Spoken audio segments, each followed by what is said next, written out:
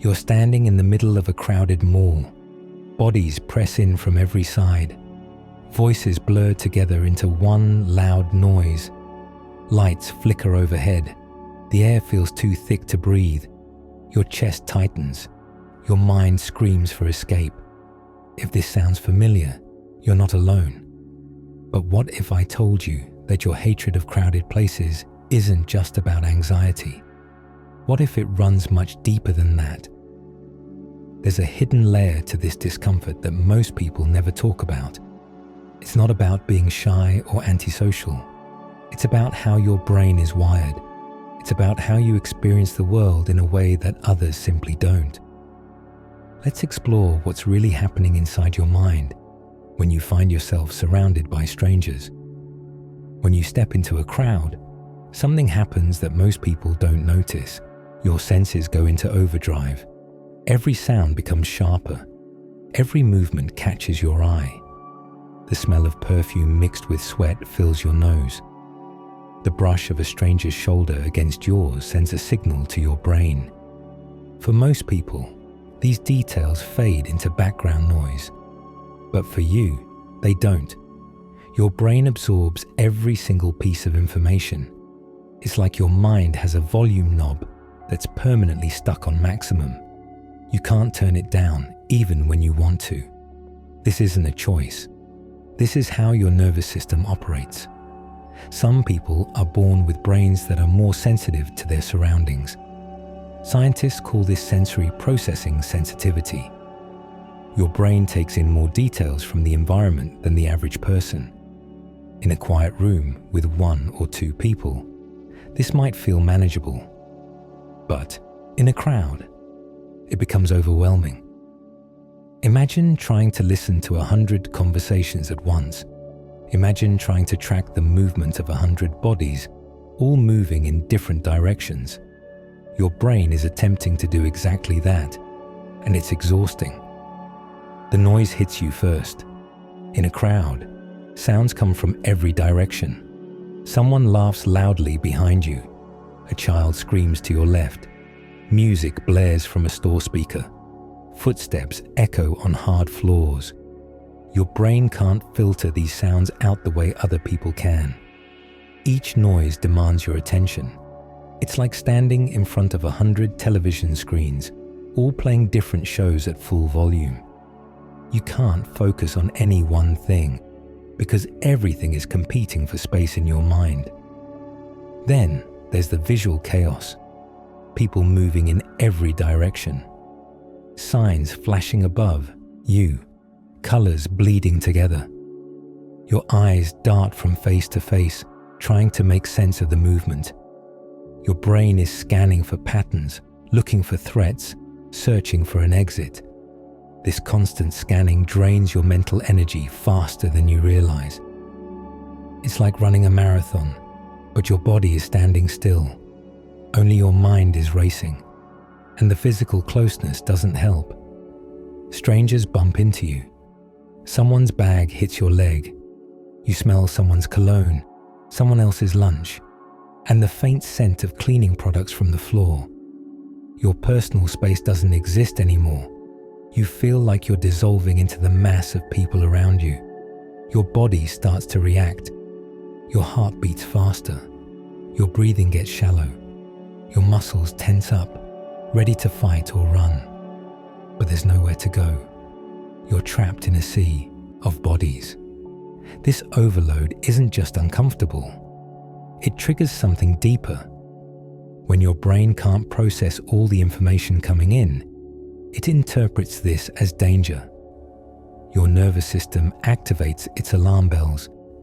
This is the same response your ancestors had when they faced real threats in the wild. Except now, the threat isn't a wild animal. It's too much information. Your brain is simply trying to protect you from what it perceives as chaos. But here's where it gets more interesting. The sensory overload is just the surface.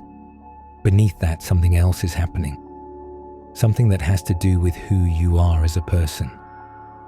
See, people who hate crowds often share a common trait. They're deep thinkers. They live in their heads.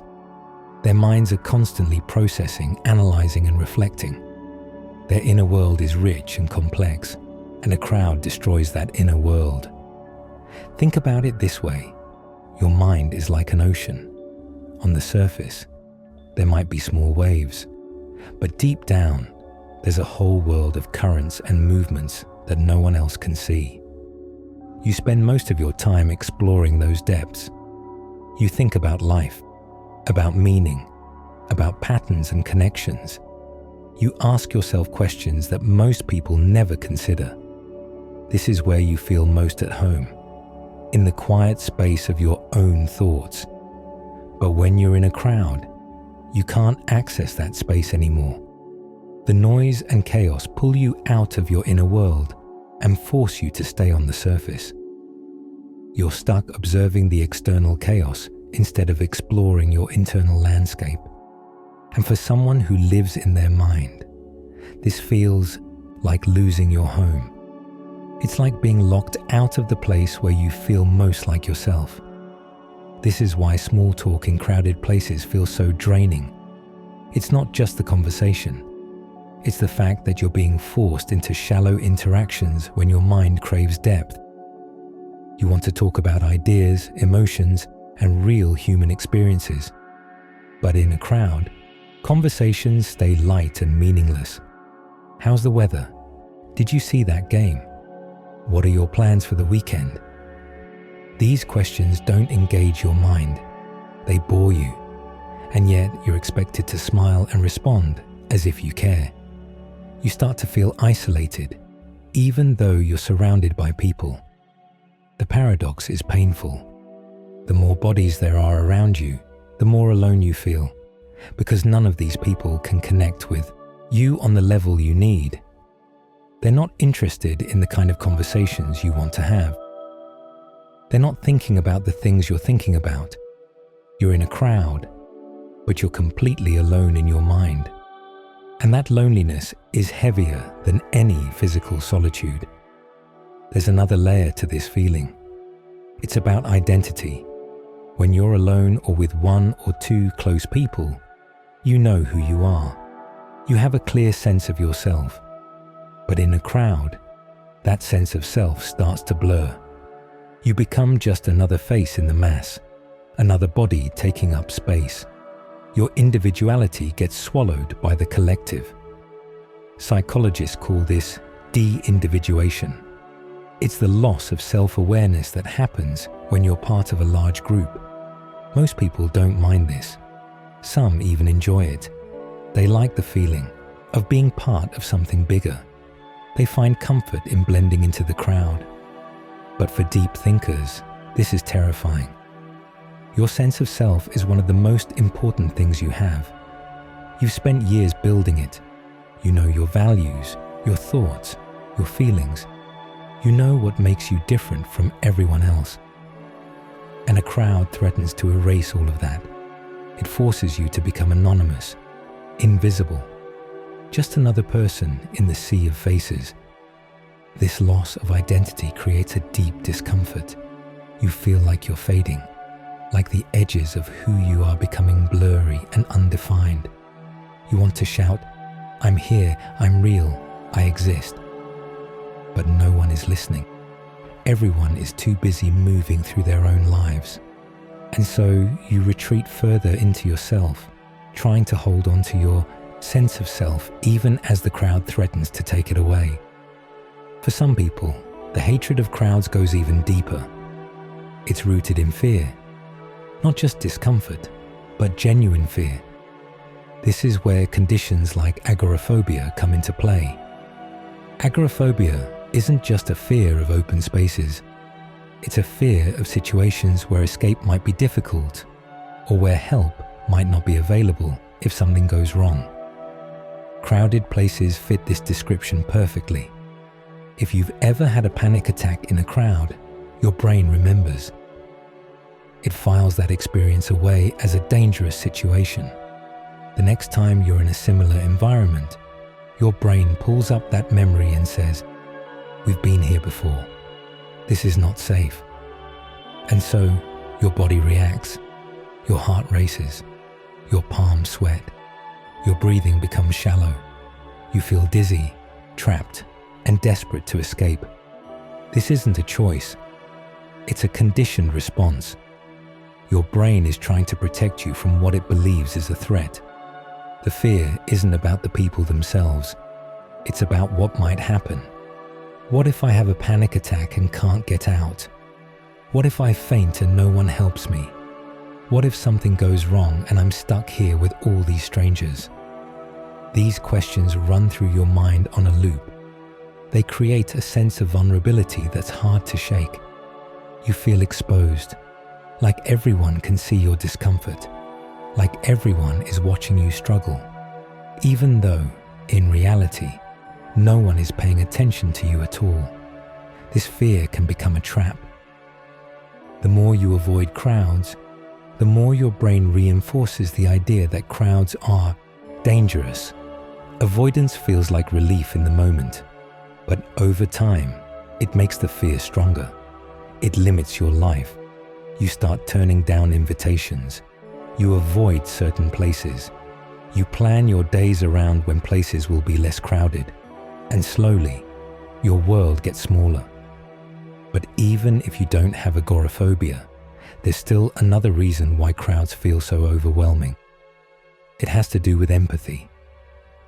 Deep thinkers are often highly empathetic. They don't just observe the world. They feel it.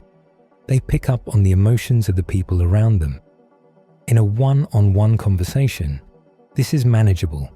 You can sense what the other person is feeling and respond accordingly. But in a crowd, you're not just picking up on one person's emotions. You're absorbing the collective emotional energy of hundreds of people. Think of it this way. Every person in a crowd is carrying something. Some are happy, some are stressed, some are anxious, some are angry, some are sad. And if you're highly empathetic, your mind picks up on all of it.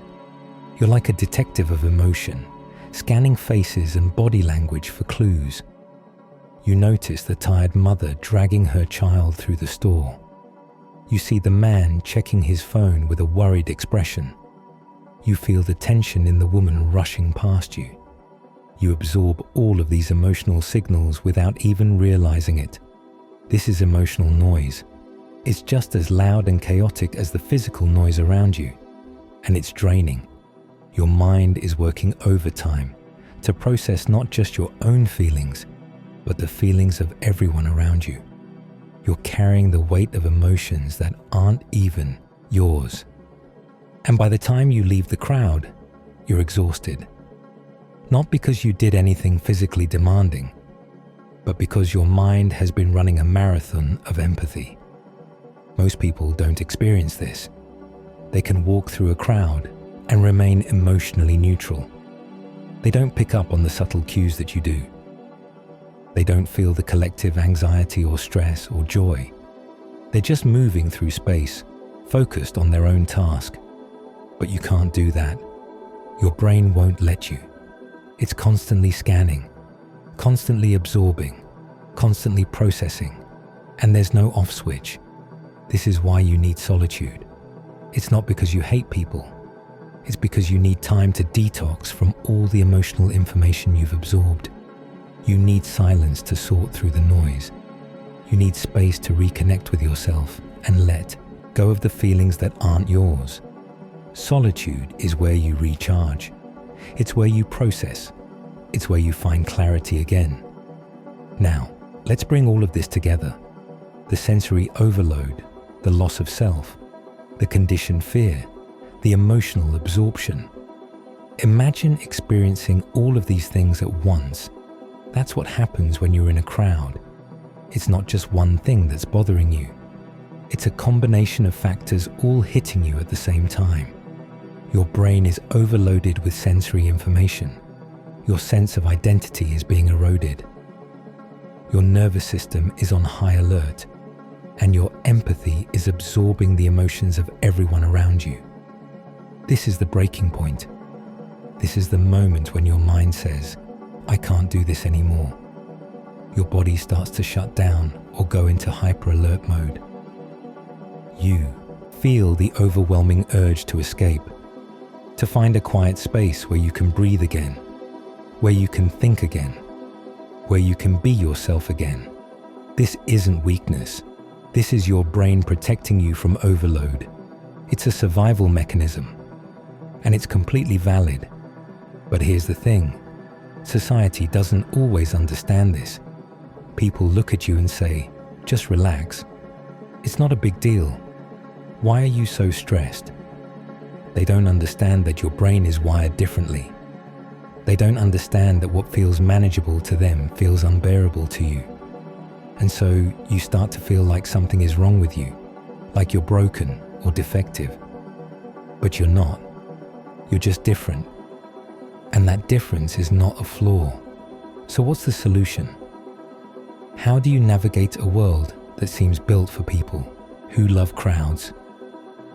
The first step is to stop trying to fix yourself. There's nothing wrong with needing space. There's nothing wrong with preferring quiet environments. There's nothing wrong with being selective about where you spend your time and energy. These preferences are part of who you are. They're not something to be ashamed of. The solution is not to force yourself into crowds until you're comfortable. The solution is to honor your needs. If crowds drain you, then limit your exposure to them. Plan your outings during off-peak hours. Choose smaller, quieter venues. Give yourself permission to leave when you need to. And most importantly, don't apologize for it. You don't owe anyone an explanation for protecting your mental and emotional well-being. Solitude is not a weakness. It's a strength. It's where you reconnect with yourself. It's where you process the world around you. It's where you think, create, and recharge. Some of the greatest thinkers, artists, and creators in history were people who valued solitude. They understood that depth requires quiet, that clarity comes from stillness, that real connection happens in small, meaningful interactions, not in large, chaotic crowds. You're not antisocial, you're selective. You don't hate people, you hate superficiality. You don't avoid crowds because you're afraid of others. You avoid them because you need to protect your inner world. And that inner world is valuable. It's where your ideas come from. It's where your empathy grows. It's where you become the person you're meant to be. Don't let anyone make you feel guilty for protecting that space. The truth is, people who hate crowded places are often the ones with the richest inner lives. They're the ones who think deeply, feel intensely, and observe carefully. They're the ones who notice things others miss. They're the ones who ask questions others don't think to ask. They're not broken. They're just different. And the world needs that difference. So if you've ever felt overwhelmed in a crowd, know that you're not alone. Know that there's a reason for what you're feeling. It's not in your head. It's real. Your brain is processing more information than others. Your empathy is absorbing more emotions than others. Your need for depth is stronger than others. And all of that is okay. It's more than okay. It's what makes you who you are. You don't need to change. You just need to find your people, the ones who understand, the ones who value depth over small talk, the ones who prefer quiet, coffee shops over loud bars, the ones who would rather have one meaningful conversation than a dozen shallow ones. Those people exist, and when you find them, you'll realize that connection doesn't require a crowd. It just requires presence, honesty, and a willingness to go beneath the surface. So embrace your need for space. Honor your preference for quiet. Protect your inner world, because that's where the real you lives. That's where your truth resides. And no crowd, no matter how big or loud, should ever take that away from you. You're not hiding from the world. You're choosing the world you want to engage with. And that takes courage. If this video resonated with you, take a moment to hit the like button. And if you want more content that explores the hidden depths of human psychology, subscribe to the channel. Drop a comment below and let me know. Do you prefer crowds or solitude? I'd love to hear your thoughts. Thanks for watching. And remember, your need for space is not a flaw. It's a reflection of a mind that sees more, feels more, and understands more than most. And that's something to be proud of.